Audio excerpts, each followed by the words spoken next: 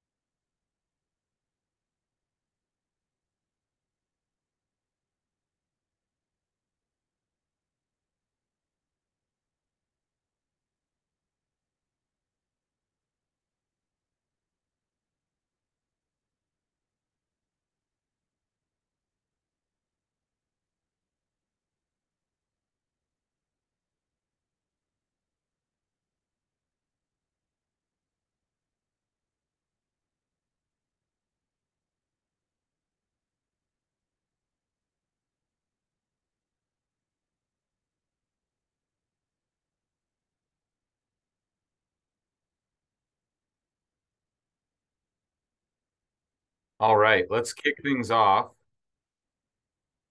I'm really excited to share this with you guys today. It's really a culmination of uh, a little over 3 to 4 years trying multiple texting services. And so what I want to do is I've got about 10 slides I want to go over. We've got an hour of time. Take about 30 minutes through the presentation, maybe 20 if we're speedy. It's going to cover a lot of the basics. And then people that are maybe on a more advanced level, we'll open it up for Q&A then, so I can get a little bit deeper to help you guys. How does that sound? Good? Sweet. Good.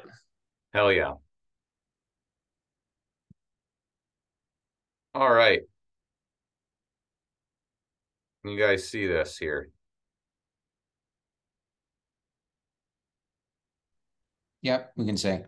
All right, sweet. So this is all about how to do multiple deals a month with texting, whether you're a beginner or if you have a team.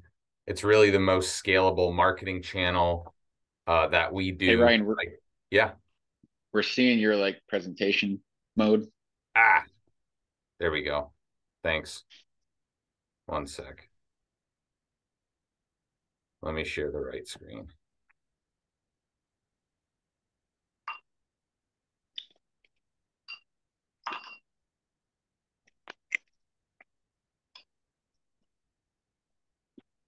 There we go. Good. Better?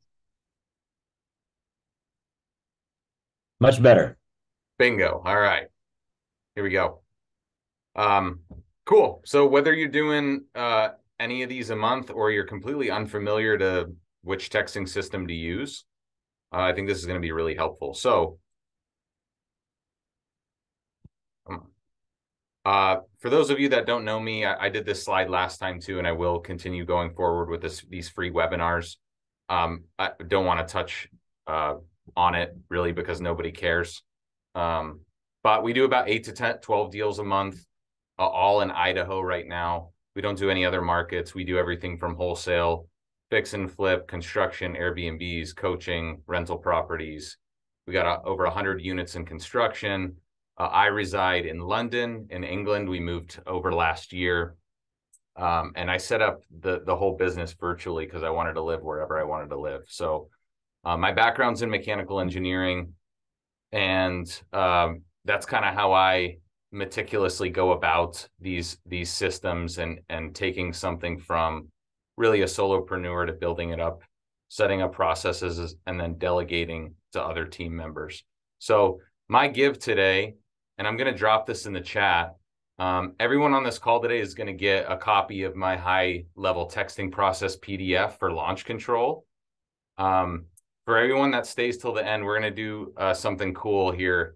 We're going to spin a wheel, and whoever the arrow lands on is going to get a free hour-long session with me and my lead VA on implementation. So please take advantage of that, and we're going to spin a live wheel. I've actually never done it before, but it's going to be fun.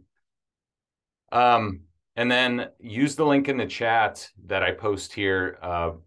They'll hook it up with you guys if you use this code. We've been not long time partners with Launch Control, but they're the most recommended, and I'll explain why, because we've used just about all of the texting platforms there are. And then my ask today is just, if you get value, just share this with your friends. You can tag me at Weimer Investments on Instagram. And if you know anyone else that would get value out of this, just have them send me a DM or whatever. This presentation will be recorded so we can send it out afterwards. So why bother on texting? I talked about the scalability, but this was a deal that we just did last week, was a 50, almost a 60K spread as a wholesale. And just in our pipeline for wholesales in Q1, we're averaging about a 35K assignment fee, and we're getting really close to doing 6 figures a month in just wholesale. So that doesn't include anything that we keep. That doesn't include the ones we flip or novate. This is purely just wholesales, but this is really powerful. Like this 60K lead, 60K deal was a texting lead, and it's something. When I started, I was actually working an engineering job, and I was like, how can I actually talk to sellers while I'm at work? Like that's really. I worked as an engineer for like 3 years before I quit to do the real estate thing full time, and texting was the best way that I could actually like double dip. And on my lunch breaks, on my spare time, I could text people and I could start generating leads for myself. When I didn't have a team, it was just me. And it was really the easiest way to, start getting your off-market leads and start sourcing your own deals.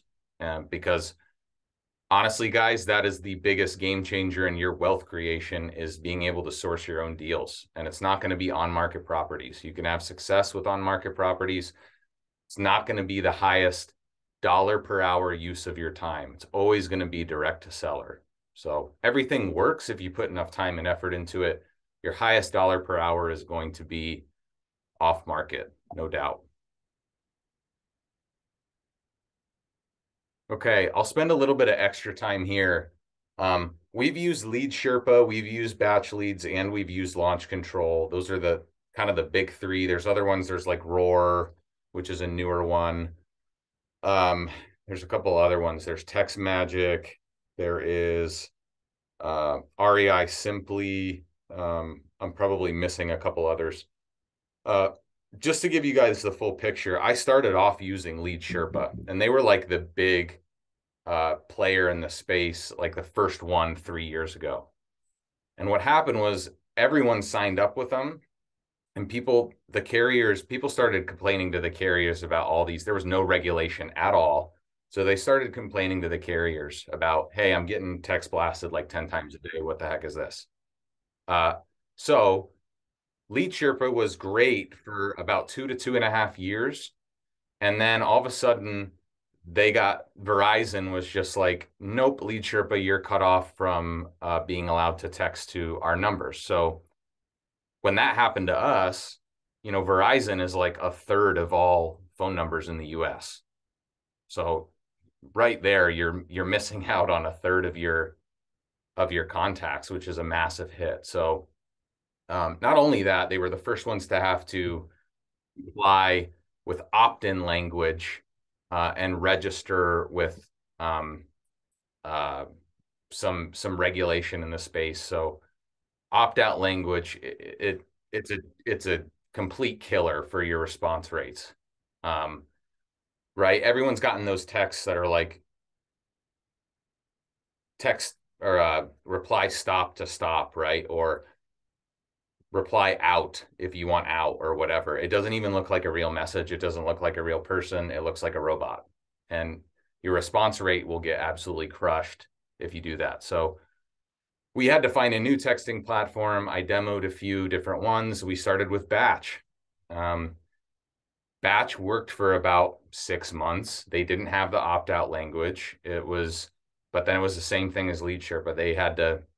You had to integrate or sign up through Twilio. And again, you had to have the opt-out language, plus their customer service is absolute garbage. It's brutal.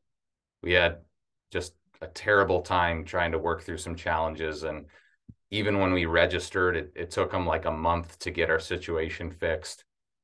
So after that, we were like, to hell with it. Should we even bother with texting anymore? Because it's getting highly, highly regulated. And everyone in the space was talking about like, yeah, texting is going to be going away in a year. The glory days of texting is over. And, everyone should start doing something else. But then launch control came around. For whatever reason, they have no opt-out language. And until just recently, you haven't had to register your company, but they seem to be very loosely audited. And the carriers, I don't know.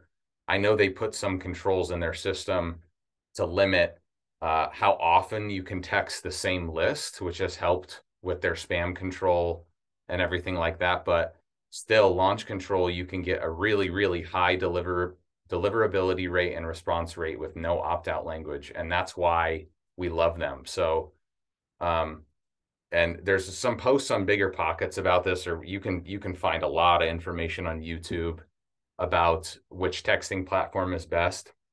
But I thought I would paste this screenshot because, this guy, they're sending out 100,000 texts a month, which is a little bit less than we're sending out.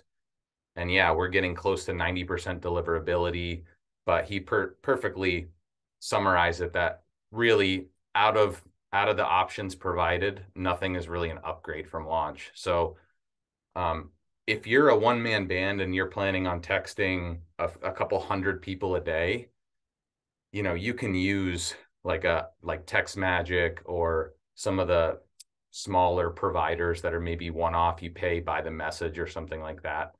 But if you're looking to really hit off-market properties at scale and hit these lists at scale to generate leads that equal revenue for you, then you're going to want to use launch control. And just the social trends of texting. So full disclaimer, we use texting, cold calling, PPC, Facebook ads. We have some SEO spend, and we just started TV. So those are our marketing channels right now. Texting is still my favorite because it's so scalable. You can train virtual assistants to do it. You don't have to be the one to do it. And how many people actually answer their phone anymore when it's a number you don't know? I don't, but I'll answer a text, right? And that's like really 80% of the population now. It's just a social thing. Like we don't even check voicemails anymore. It's like, why didn't you text me? Stop leaving me a voicemail, just text me. So people are glued to their phones all the time, and this isn't going away. So if you guys have ever hesitated on wanting to get into texting, there's really no reason why you shouldn't get into texting. Disclaimer, especially if you're in Florida and California, there have been, all of these programs are TCPA compliant, so they're legal.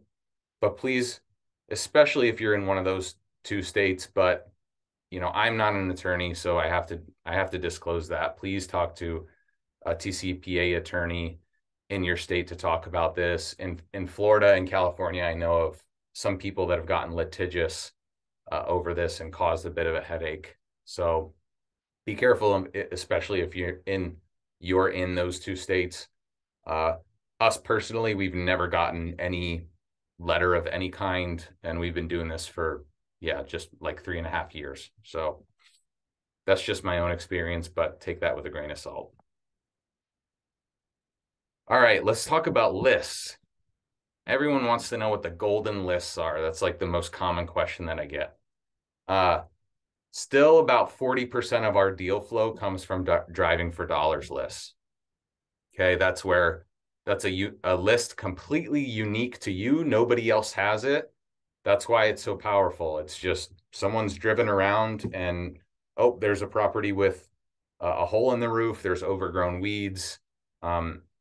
I'm guessing most of the audience here knows what a Driving for Dollars list is. Ours is about 21,000 records right now that we always, by the time that we're through it, it's time to start it again, and it always delivers deal after deal after deal. And we're always out doing it. Again, that list is unique to you. So that's always going to be the best list. The second best list, your county lists that are kind of hard to obtain, or the county tells you, oh, you can't get that here, or no, we don't give that out, or that it's all a lie. Most of the time it's a lie. Tom Kroll used to say the rule of 5. So you got to ask 5 different people at the county level to get those lists, to finally get the right person that says, oh yeah, I know where that is, and to get that to you. So in Idaho, the code violation list, the tax delinquent list, the probate list, utility shutoffs, those all come in like janky PDF formats that you literally have to go into the courthouse. Like, you can't get them online. You literally have to go in the courthouse, and there's this like janky Windows 95 computer that you can print out the PDF forms on, and like then you have to scan the copies, and they come out in this terrible format that then you have to send to a VA to go through, and it's a giant pain to be able to skip trace and get their numbers. The more friction and painful there is to finding a list, the better it is, because nobody else wants to go through all that baggage to be able to get the information, right? Pre-foreclosures and vacants. We usually get the pre-foreclosure list monthly. We have like 3 different sources that we get pre-foreclosure lists from. The most accurate, though, is the title company. It's like $20 a month, and they send us a list of pre-foreclosures every month. And then vacants. Vacants are always going to be, if people have a vacant house, they're not just going to sit on it. They got to do something. If you have a bit higher of a marketing budget, we use a data provider called Audantic, and they send us 40,000 records a quarter, and they rank them from tier 1 to tier 5, with tier 1 being these people have, it's a smorgasbord of data. They're data scientists that they've combined to link up the most common factors that would make somebody a motivated seller, or would make somebody need to sell the property at a discount. Things like, do they have a bankruptcy in their past? What is their credit score? Have they been divorced? How long have they owned the property? Their age? Like, all these different factors that we don't know go into it, and they give us that every month. It is expensive though, but it's the cost of like 1 deal a year, so it pencils out. 80/20, same thing. We don't use them, but a lot of big players in the space that I know have a lot of success with them.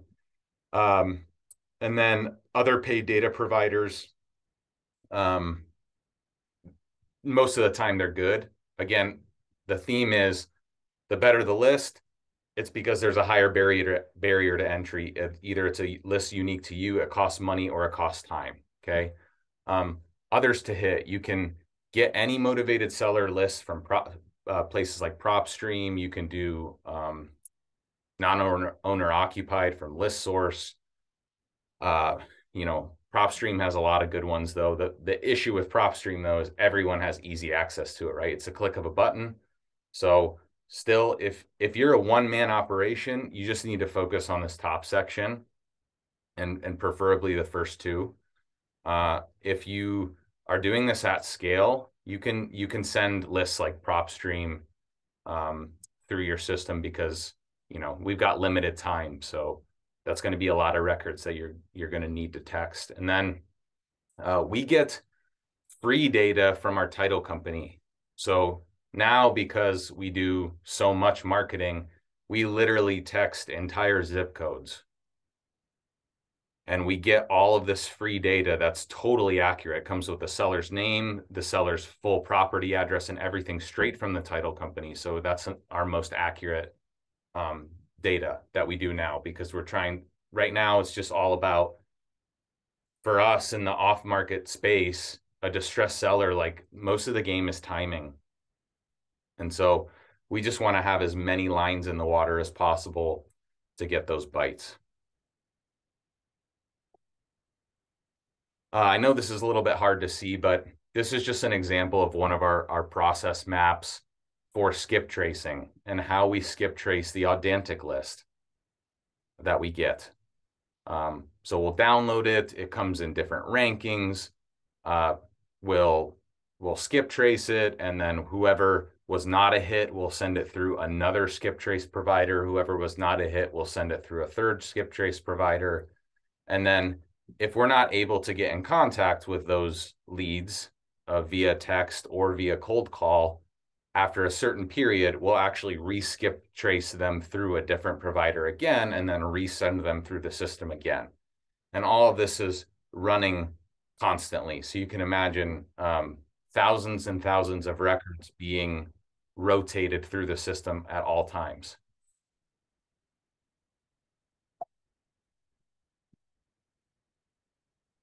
And why is data so important? A lot of people go cheap on data. These are the three main skip providers that we use, skip trace providers. Skip Genie, Lead Sherpa, and IDI. Lead Sherpa has a great skip trace platform. There's a million of them out there, though. What we do is we send everything, and I haven't tested every single platform out there, so take this with a grain of salt, but we have tested quite a few. For our bulk skip trace, we'll send them through Lead Sherpa. Everything that doesn't hit in Lead Sherpa, we'll send to Skip Genie, which is more expensive. It's like double the cost of Lead Sherpa, but it's such a small percentage of ones that we didn't get a hit. We want to give it a shot there. And then lastly, for anything else or for stuff we're recycling that we didn't get to contact, an IDI subscription is available. Their monthly cost is relatively high, so I'm not sure if that's going to be a good fit for many people on this call, but it's worth looking into because that's actually like government data. So they make you go through in like a kind of an interview process for what you're going to use the data for and all this stuff. But right now we're sending about 4,000 texts a day. My team is. We've got 3 texters, and I'll show you guys the org chart here in a second. But our average delivery rate is just shy of 90%. You're not going to get that with the other providers like Lead Sherpa or Batch or these other.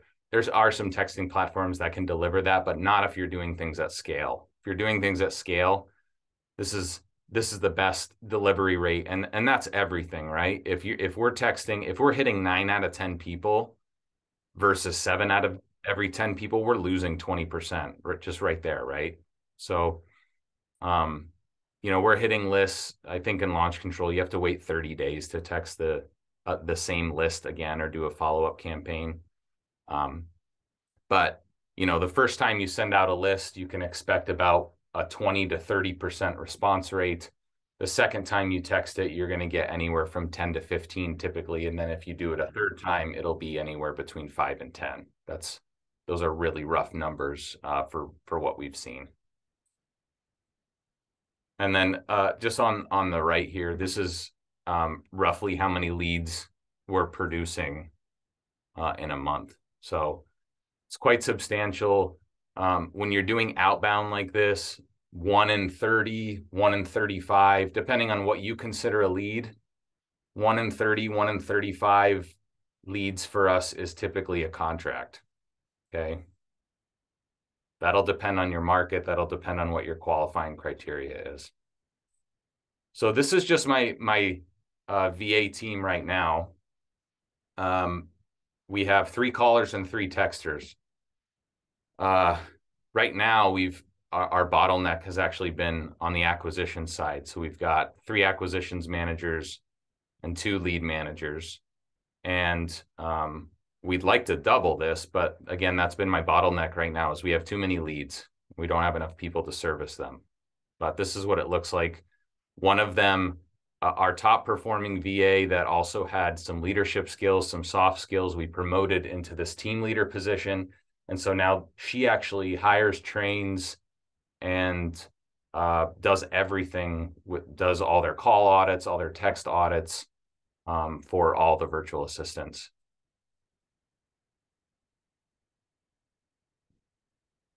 And then just on my last slide here, this is a snapshot of the PDF that I'll send everybody on the call, just on our high-level text process. But essentially, launch control comes with a lot of cool features. If somebody hasn't responded in a certain amount of time, or maybe they haven't responded at all, you can set them on a drip campaign where they'll just get hit automatically every 30, 45, 60 days until they reply. And then everyone that doesn't respond over text, we're hitting again after 30 days. Everyone that doesn't respond after that, we're cold calling. So we're not going to cold call. And that's what's so great about texting, is you can knock out like 30% of your data just from getting no's and getting, take me off your list. And then you only have the remaining few that have not been contacted yet that now we can cold call, because in the same time it takes to do one cold call and talk to one person, we can talk to like 20 people over text or more. So, and then after that, we'll to give you guys a full picture, we'll call that same list 3 times, and then we'll send it. Everyone that still hasn't been contacted after that, we'll send it back through one of the other skip trace platforms and really do the whole thing again and again and again.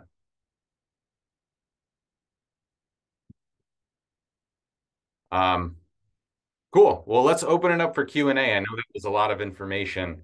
If anyone has any specific questions, happy to go deep on any of that. Who's got a question? I got a question. Shoot.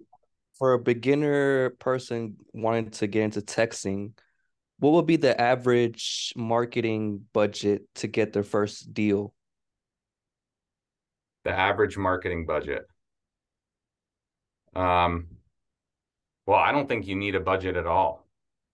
So it depends on what you want to do, right? Like, I know with launch control, I think it's about $1,000. Don't quote me on this because my team runs most of this now, but I think it's about $1,000 a month.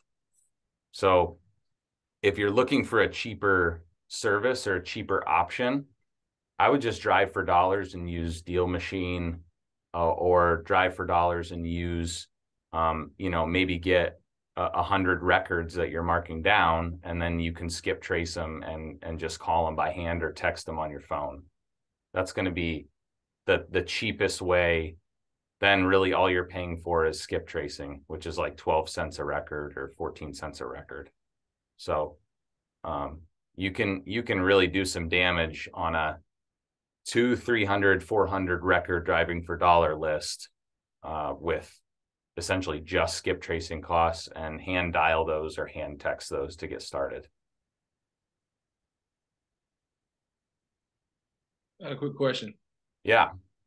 So you saying the drive for dollar leads, do you have you basically have a team that drives for dollars? We've experimented with that. Never had any success with that, just because it's difficult to keep people accountable in that role. Like, how do we know that people are actually driving around doing what they're supposed to do? What we tell our acquisitions guys is if they're on an appointment or they're out, then on their way there, or if they want to take a couple minutes afterwards and drive around and note a couple properties in that area, that's fine. But that's how we continue to grow that list. Oh, so I was just trying to figure out how to get to 200. You said 300 leads. I was just trying to figure out where is that source coming from.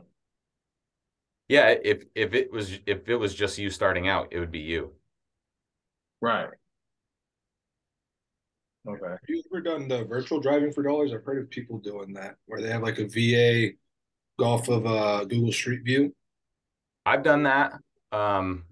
We've haven't had the same success because our Google Street View is like 1.5 years old. So that's probably just our area. If you're in an area, I think like in the bottom left of the Street View, it says like a year. Mm-hmm. I think if that's updating, I think that's a great way to make it more scalable. So that's a good idea. So another question too. I've started using launch control. I'm definitely not an expert by any means. What's the frequency of you changing the templates? Do you have it, or is it like, oh, I saw a dip, okay, now I'm changing it, or it's like, oh, okay, no, I have a regimented schedule every X amount of messages or X amount of days or weeks of text going out? Honestly, I leave that up to my lead VA, but the instruction that we've given her is we got to have like 100 different outbound messages, and we're rotating them every like 50 to 100 messages. So I don't know if that makes sense. I know like the launch control obviously it has like the rotating verbiage. Is that what you're referencing, Yes. or changing Yep. the template after that? Yeah, both. Yeah. Got it. I have another question. Yep.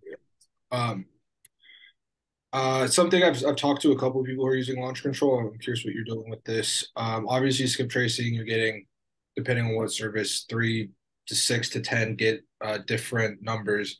Are you creating individual profiles for each number, or are you doing the uploading the 3 numbers um, per profile? Ooh, good question. I don't know what my team is currently doing there. I'm not that much in the weeds of it anymore. I can say you need to think about like how often you want to text the lead, because a way to get around having to wait 30 days to text somebody is assigning them a different number under a new, like there's ways to go about that, right? Like if you're able to space out, mix up either the first name or last name plus have a different number, but it's associated with the same property address, you can kind of get around that 30-day rule. So I would think about like, how often do I want to text this list, and then experiment with the formatting there of doing it that way. Does that make sense? Yeah, that's something I've been kind of running into because I'm texting pre-foreclosure lists. And I like obviously pre-foreclosure, I don't want to wait 30 days Yeah. to text me. I want to be in their face until Yeah. tell me yes or no. At least I want to just get the right contact, and then I'll call you after. Yeah. What is that volume looking like for you a month? How many pre-foreclosures? As in like how many am I pooling? Yeah. I started doing this a couple months ago. Uh, for the last 10 days, there was 200 between Riverside and San Bernardino County. So my VA just gave me an update. That's for like the last 10 days. I saw somewhere that there's been a huge spike in the pre-foreclosures. I think we have like a total of like 15 or 1600. But we've just been really trying to nail down our outreach, because I thought moving everything into Podio and doing it, all the calls, text through there would be a good idea. But our connection is like, we're talking to like 5 or 6 people on a power dialer and with smartphone integrated, which was not what I expected. So we're trying to figure it out the best way. Yeah. I would say if it's like 200 or so every 10 days, it might be worth, yeah, you hit them in launch control, but then hit them with, sign up for a Google Voice number and hit them with that. Text them from your personal line, like pick like 10 or 20 a day and just hit them from like 5 different numbers or 5 different ways. I wouldn't do that with any other list other than pre-foreclosure, just because 200 every 10 days is pretty manageable. Like if you're texting 10 to 20 a day from your personal phone as well, might not be a bad idea to do. How's your opinion on door knocking pre-foreclosures? Because I know the reaching them is pretty tough because they're just getting blasted by so many people. Yeah, same thing with the driving for dollars thing. If we've got an acquisitions guy in the area that's about to go on an appointment, he's scoping out like, okay, which pre-foreclosures do I have that are close to this house, if I have any, and then after my appointment, I'm going to stop and door knock them. The key with that though, and with pre-foreclosures in general, is if you're coming in there like everybody else, like, hey, I can help you out, I can buy your property, I can buy it for cash, I can get you out of this situation. they're going to ignore you. Right. You have to come at it from the standpoint of, I'm going to help you keep your house. All these other people are not going to help you keep your house. I'm going to help you keep your house. And these are some ways that we do that. That'll get your foot in the door. That'll get them to respond to you. So in your outgoing text and your outgoing call, and if you do door knock and you get a hold of them, that's how you want to phrase that. Because then they'll be like, okay, I'm listening. Because you got to understand that that pre-foreclosure list gets hit like by everyone and their mother. And these people are getting like 20 texts and 20 calls a day at least. And so they just become deaf to the same kind of communication. And so you have to do something that's a little bit different just to get your foot in the door. So like on example, would you lead with the fact that you know that they're in pre-foreclosure? Yeah, I would. Like, hey, we noticed, I'm sure you've been getting a bunch of calls and texts. We're actually here to help you keep your home. Have you talked to anybody else that's helped you like that? You'll have way more success doing that. And then of course, after that's really just to get our foot in the door so we can understand their situation and their timeline. And depending on your state, like if you're in Georgia, the pre-foreclosure window is really small. Like I think it's like 6 weeks or something crazy. In Idaho, for us, it's like a 4 to 4.5 month process. So we got a lot of, from the time they don't make 3 payments in a row, they get served that notice of default. And then there's like 4 months before it could actually go to auction. So that's a lot of time for people to stick their head in the sand and not do anything. I had a question about the title company you said, about calling them for, I guess could you walk me through like, okay, can we get the latest? How does you go about that? Yeah, so I just say, hey, I'm looking for some data on, so there's 2 things that we get from the title company. We get a pre-foreclosure list from the title company. So that's just a pre-foreclosure report. So I'd email a few different title companies and say, hey, do you guys have a monthly or weekly? Weekly is better because you get it quick. But do you guys have a weekly or monthly pre-foreclosure report that I can get signed up for? And then as far as the entire data set list, it's a title company that we've done business with before that we say, hey, we're looking for some, we just call it a research project. We're looking for some data on a research project, and we're trying to find owner information like in a big spreadsheet for, this zip code, or if the zip code is too big, this area, and see what they say. You'll probably have to talk to like 3 or 4 of them before you find somebody that might do it, and it might not be available in your area, but it's worth looking at because we get thousands and thousands of records by doing that for free. When you get it from the title company, does it come with numbers or is it just the okay? Yeah, just it comes with a lot of cool stuff though. Like it comes with estimated equity, which may or may not be accurate, and half of the stuff is blank. But it comes with like square footage, bedroom, bathrooms, tax assessed value. So like you could sort on, that's a big thing for us is, especially with how the market has shifted in our market. When we get that list, we'll sort on like median price point and under, and delete out everything else. And we'll just market to the median price point and under, because that's what our buyers want right now in this current environment. But you can there's data columns like single family, multifamily, duplex, triplex, quadplex, owner first name, owner last name, property address, city, state, zip, mailing address, city, state, zip. I mean, it's pretty legit. Is there a reason why you didn't mention batch leads or batch driven? Yeah, I hate batch leads. I've used batch driven, which is cool because you can, when you pin properties, you can actually like integrate it with Google Maps. And so you can create an efficient like driving, like if you're going to go door knock, you can actually put it in Google Maps and it'll tell you the most efficient route to hit like 10 properties so that you're not like going back and forth across town for a bunch of different properties. So that's a cool feature with batch driven, but batch leads, we used them for about 6 months for texting a few years ago, and our customer service was terrible. The delivery rates were really bad, and it had that opt-out language, which kills deliverability rates. Ryan, with the big list that you're pulling from the title companies, like you said, like a zip code worth of stuff. That's just everything, right? That's like every house in a zip code, basically. It is, but with all those data columns, we can sort it on whatever we want, right? So Right. I don't want to ask the title company, hey, can you sort on this and this and that? Like, Yeah, they're gonna for screw it sure. up, you know? So And is it work? Because I think in marketing, the most expensive piece for me is skip tracing.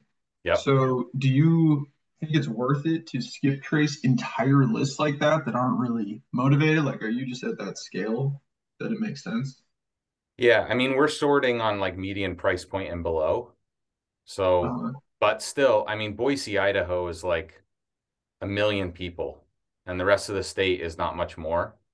So after we sort out median price point and below, we're really only talking like 300,000 records, which I know seems like a lot, but if we're texting 4,000 people a day, yeah, you blow through it quick. yeah. So it all depends on how you sort it and sift it. Like if there's a hot area, you just want to get the zip code list, and then you want to sort by neighborhood, or you want to sort by price or whatever. Like, it's an easy way to dwindle it down. Right. Besides driving for dollars, what other lists are you getting high response rates? Gosh, I think I had that in the slide.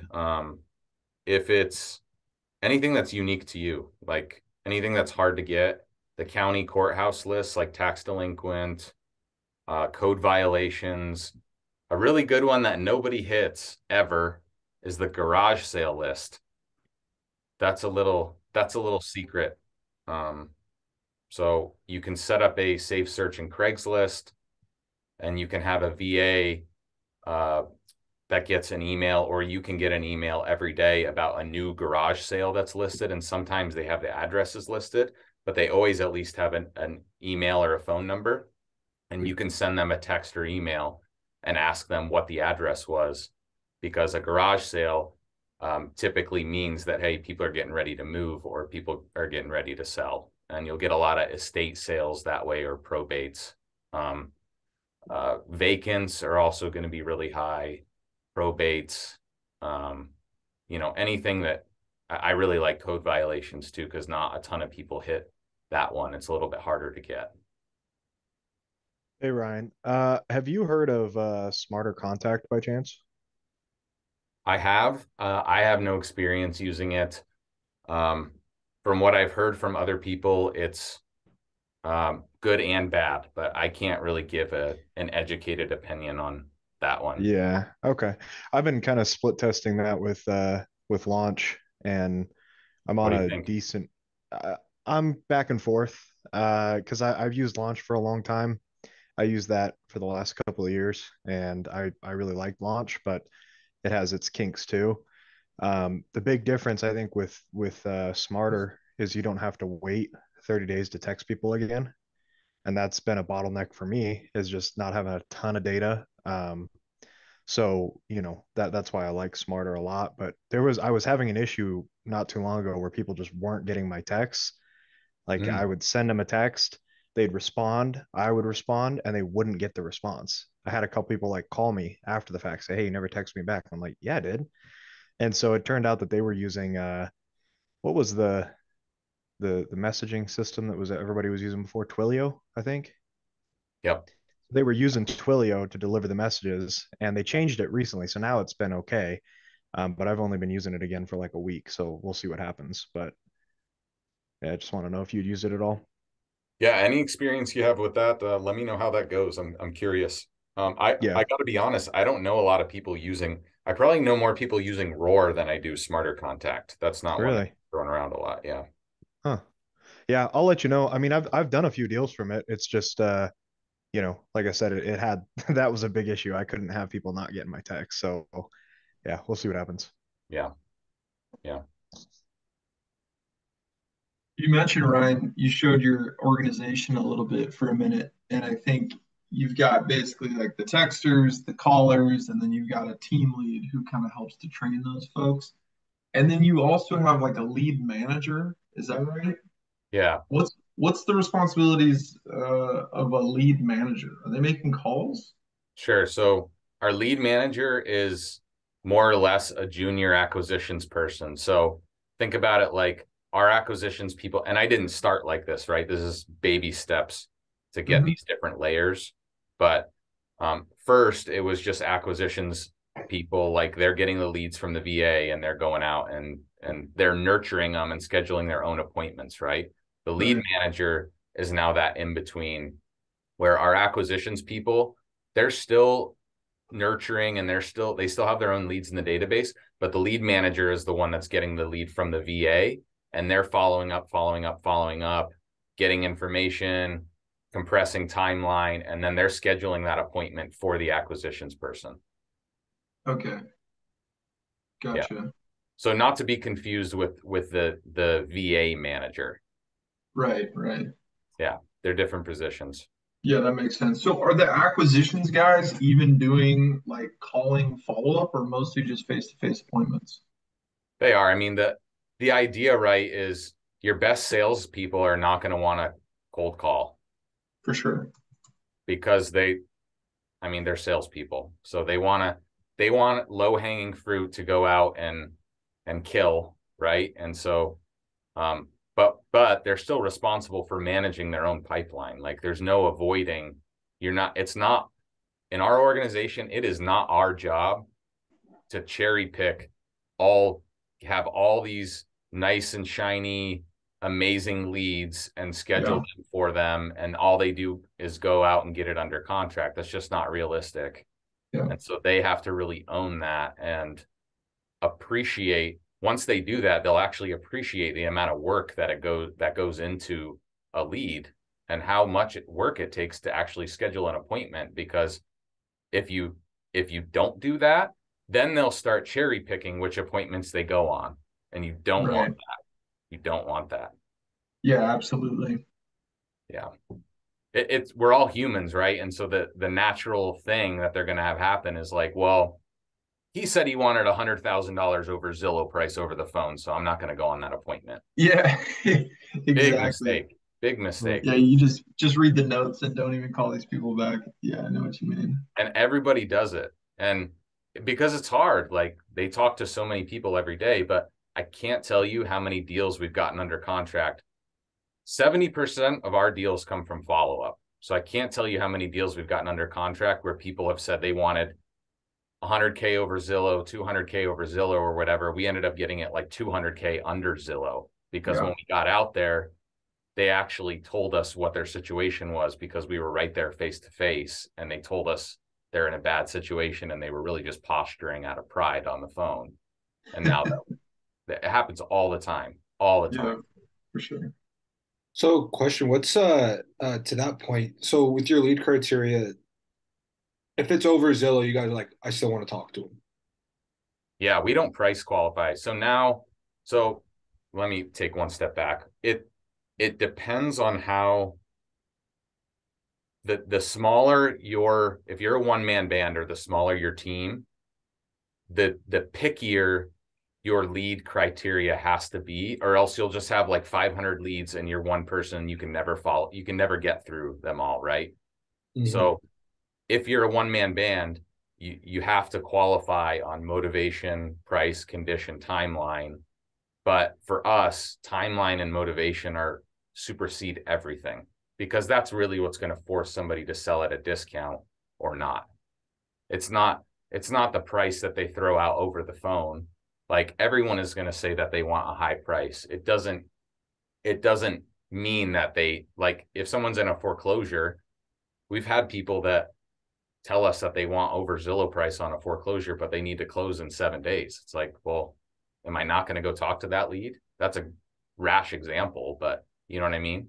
So to answer your question now, because we have more layers and more capacity to deal with more leads, our criteria for our virtual assistants is less and less. Like now, if somebody's just say that they're interested and confirm that they're the property owner, they're getting sent over as a lead now, because I don't want people in the Philippines or in Central America or whatever to overqualify and say something wrong or misinterpret the situation. I want my American-based guys that are trained to ask the right questions and feel this stuff out and to get on the phone with them and see for themselves, because you would miss a lot that way. But if you don't have the capacity to do that, you need to be a little bit tighter on what you define as a lead in the beginning so that you don't have an endless sea of follow-up.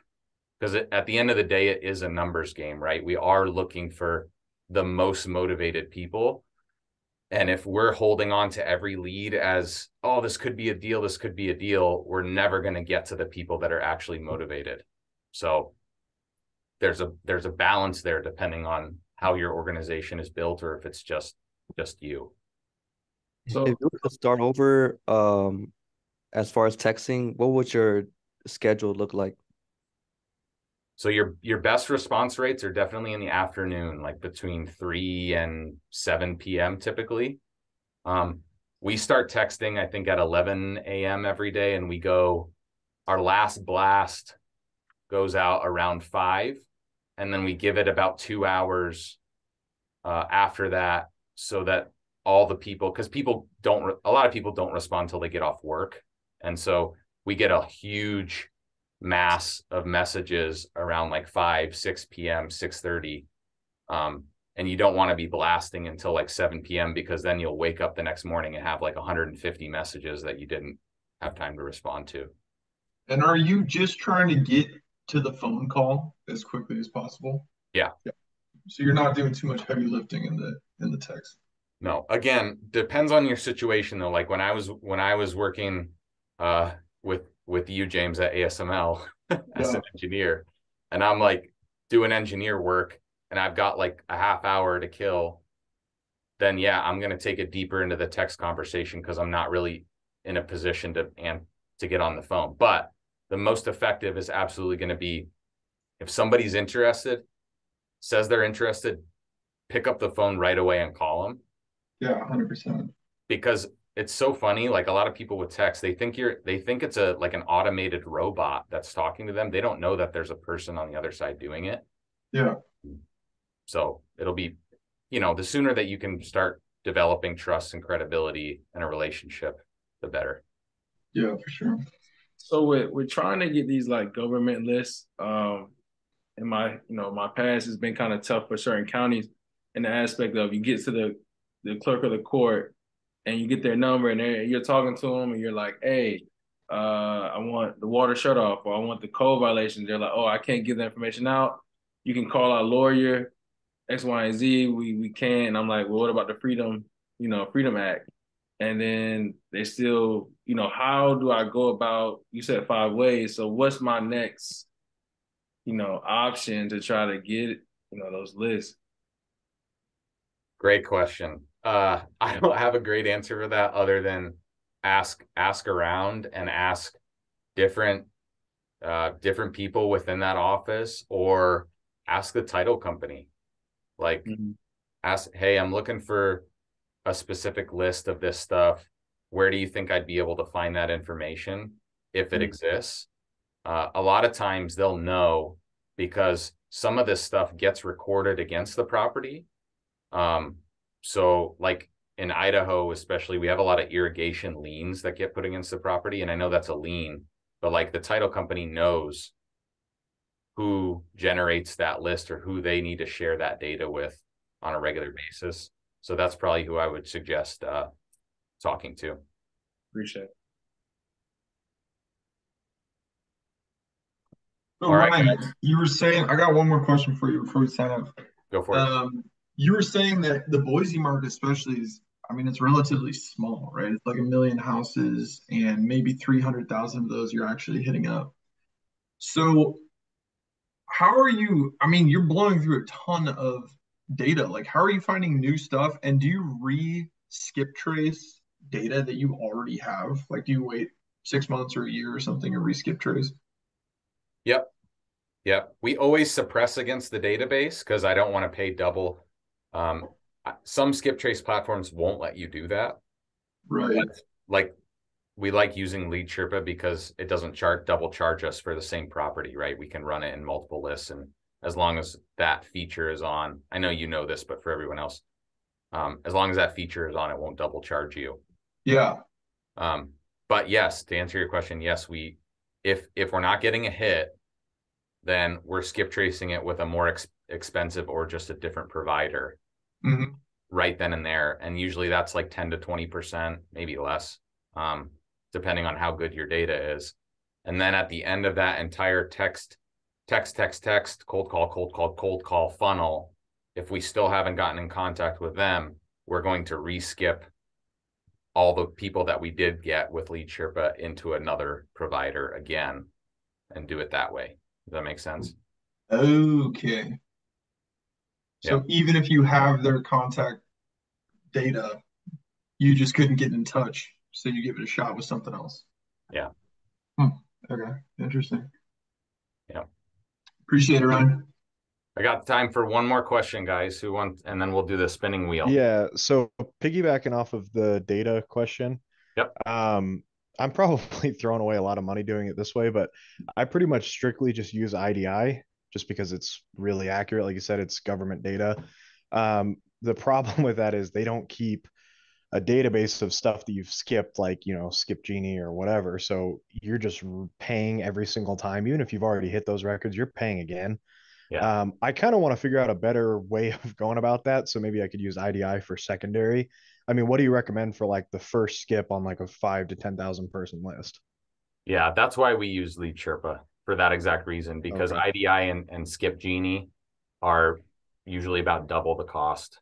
So do you know what Lead Sherpa's is like per hit off the top of your head? I think it's either 12 or 14 cents a record the last time I checked, but don't hold me to that. Okay. Yeah. Well, IDI is, I think I'm paying 17. So. Okay.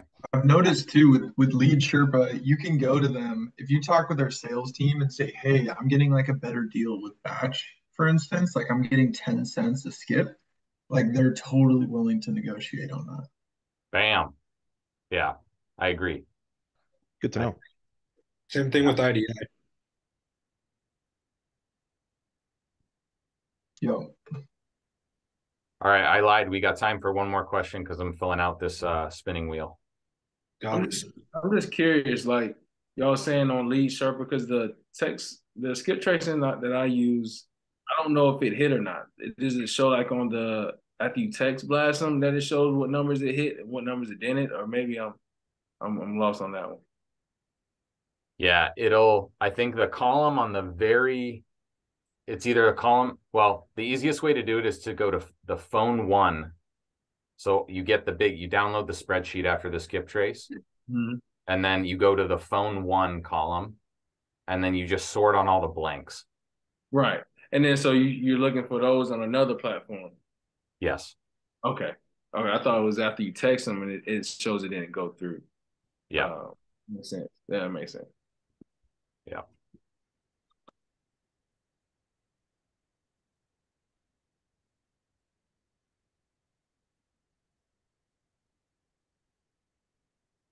All right. Any others? Sorry, y'all got some difficult names here. Do you only use one launch control account or do you use multiple?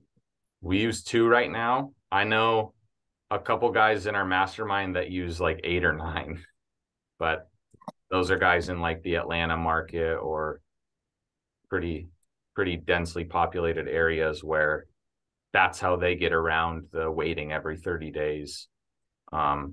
So if you're doing it at scale, I think it's just like an extra like $1,000 or $1,200 a month or whatever.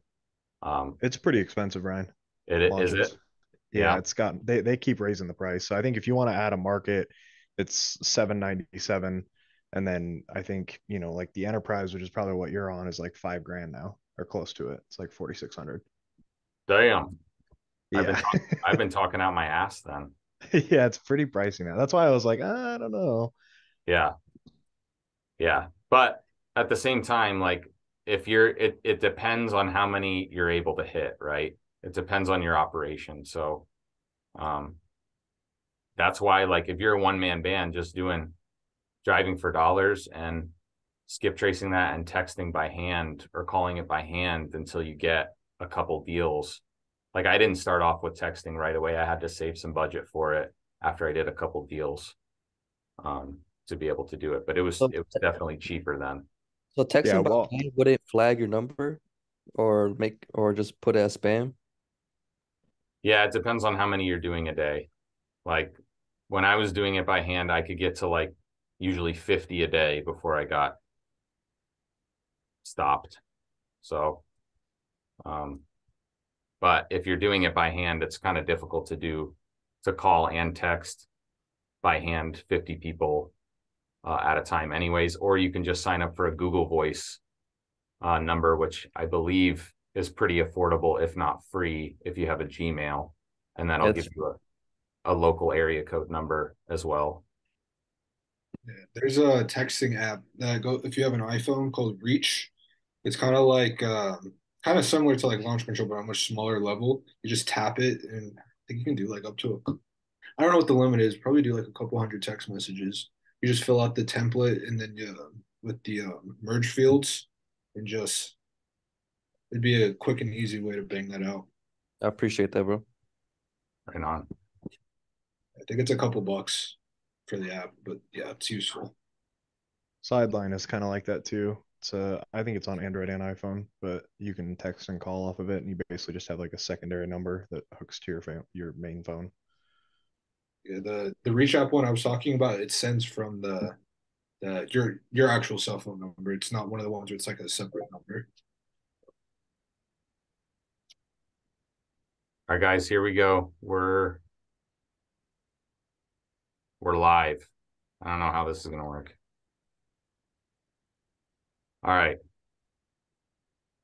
So for anyone that missed the beginning of the call, whoever this lands on is going to get a free hour-long session with me and my lead VA on implementation. Or if you want to pick something else to talk about, we can do that too.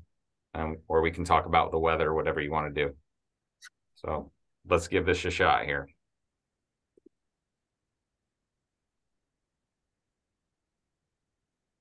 Ooh, I like this. Bam! Angelo. What's up, man? Woo! All right, dude. Hey, drop your contact info in the chat.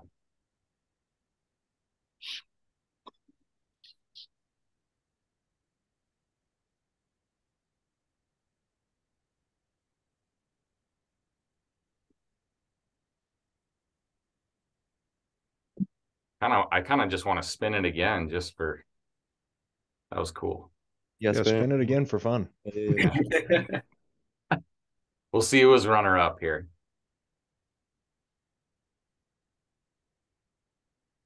Chase, runner up, man. Of course. Cool. All right, guys. Thanks for joining. I appreciate you. And if you got value today, just share me on Instagram. I appreciate you all. And until the next time, see you guys. Yeah, thanks, Ryan. Thank you. Later. Appreciate it.